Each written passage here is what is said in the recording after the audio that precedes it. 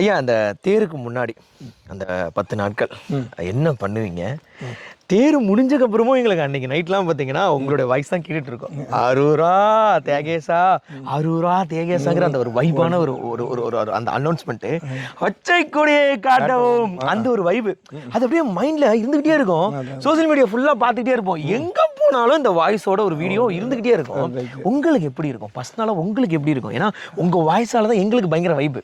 So நீங்கள் அந்த 10 நாளைக்கு முன்னாடி தேருக்கு 10 நாளைக்கு முன்னாடி என்ன பண்ணுவீங்க? அதுக்கப்புறம் என்ன பண்ணுவீங்க? அதை பற்றி சொல்லுங்கள். அது வந்து எனக்கு தேர் வந்து அனௌன்ஸ் பண்ணி நான் தேதியும் சொல்லிட்டாலே அதை எடுத்து என்ன பண்ணுவேன், நான் அந்த தியாகராஜாவை பற்றி டெய்லி ஒரு திருமறைகள் ஒரு 10 நாளைக்கு ஒவ்வொரு எனக்கு என்னென்ன திருமறைகள் தெரியுமோ அதை பற்றி சமய குறவர்கள் பாடின திருமறைகள் அப்படியே எப்போ தியாகராஜ கோயில் கட்டினானே வரலாறு இல்லை. இப்போ வந்து ஒரு பில்டிங் கட்டினாங்கன்னா 50 வருஷங்கிற 100 வருஷங்கிற லைஃபு. ஆனால் தியாகராஜா கோயில் எப்போ கட்டினதே தெரியல. கண்ணடலால் காமனையும் விழித்தனாலோ அப்படின்னு அதில் ஒரு திருமறையே இருக்கு. அது எப்போ கட்டினதுன்னு தெரியலன்னு ஒரு சொல்லியிருக்காங்க.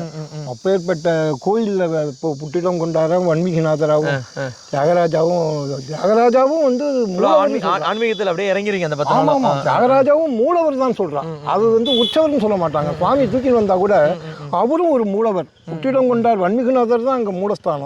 இருந்தாலும் தியாகராஜாவையும் ஒரு சில புராணத்தில் சொல்லும்போது ஆஃப்டர் அனௌன்ஸ்மெண்ட்டுக்கு அப்புறம் அன்றைக்கி நைட்டு போய் தூங்குறப்ப எப்படி இருக்கும் உங்களுக்கு? எனக்கு